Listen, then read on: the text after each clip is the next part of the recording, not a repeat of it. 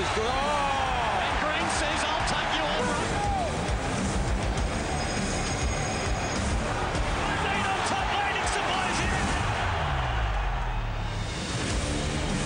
It's just about over. It's time to shake hands. The winner, Anthony Mundine!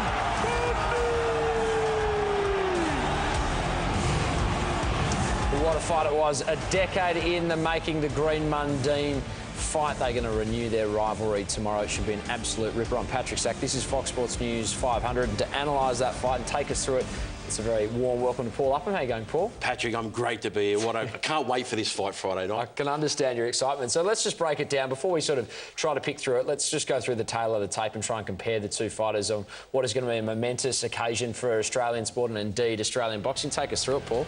Well, you know, a lot of experience there, but Anthony Mundine's actually had a lot more fights. You know, 47 fights, up to 40 fights for Danny Green.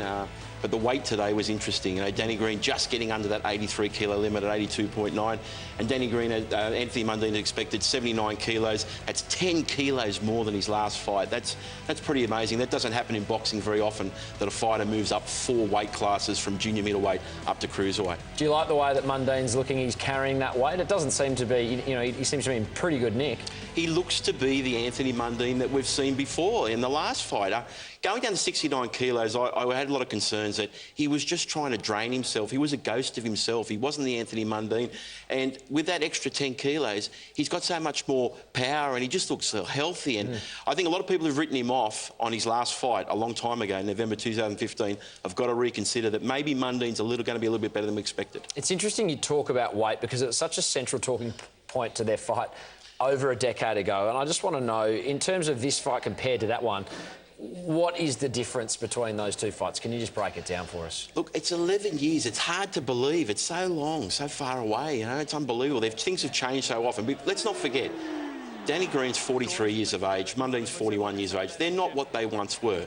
But I think speed is going to have an important factor. The skills of Anthony Mundine, but the speed and the elusiveness. He's always so hard to hit. If he's got a factor of that elusiveness and speed, that's going to make it for Danny Green very hard. And in his last fight, Danny Green looked like he'd slowed a little bit last August against Kane Watts.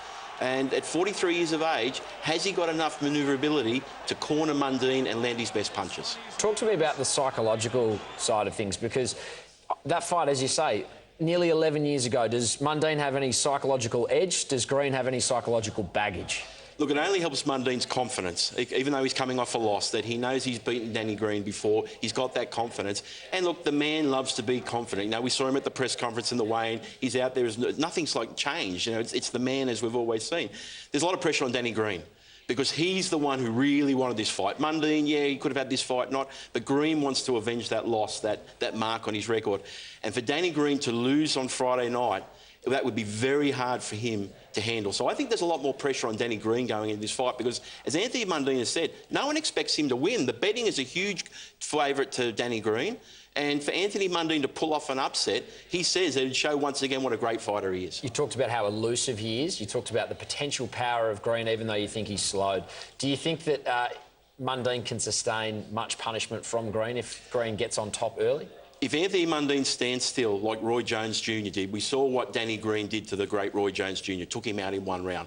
If Anthony Mundine is straight ahead and doesn't use his movement, he's going to get knocked out. But if he can use a bit of movement, he's not going to engage with Danny Green. He's going to want to stay away for those first couple of rounds, try and use those skills, keep Danny Green on the move, keep turning him.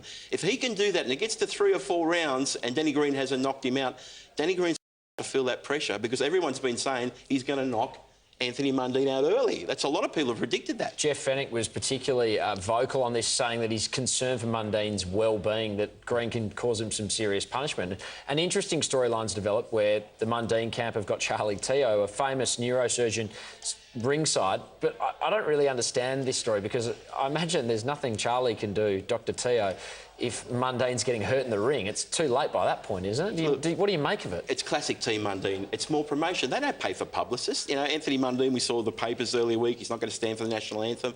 And now that they've got the doctor at ringside, look, if Anthony Mundine is a shot fighter and he's not what he was and he really is gone, then Danny Green could hurt him and knock him out badly in the first round. But I'm not that confident about that. I think Anthony Mundine's a proud guy. You know, he's a fighter.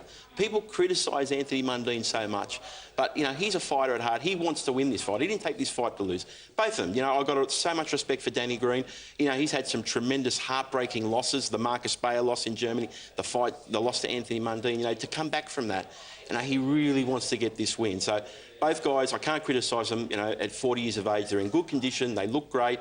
I can't pick this fight. I honestly think there's too many. Get off the fence, Paul. There's maybe a draw. It's a 10-round fight. Maybe it's going to be a draw because, you know, maybe Green's come down a little bit. Maybe Mundine's come up a bit. You know, I'm not going to be arrogant enough to sit here and say, after everything's happened and all the variables, that who's going to win. Because I honestly don't know, and I love that as a boxing match. I don't know who's going to win, because too many times in boxing, we know in advance it's a mismatch. This is not a mismatch. I think Mundine's going to be a lot better than people give him credit for. Whether that means he wins, let's see on the night. Paul Upham, thanks so much for your time. We certainly appreciate it. Thanks, Patrick. Paul Upham there. Time to go to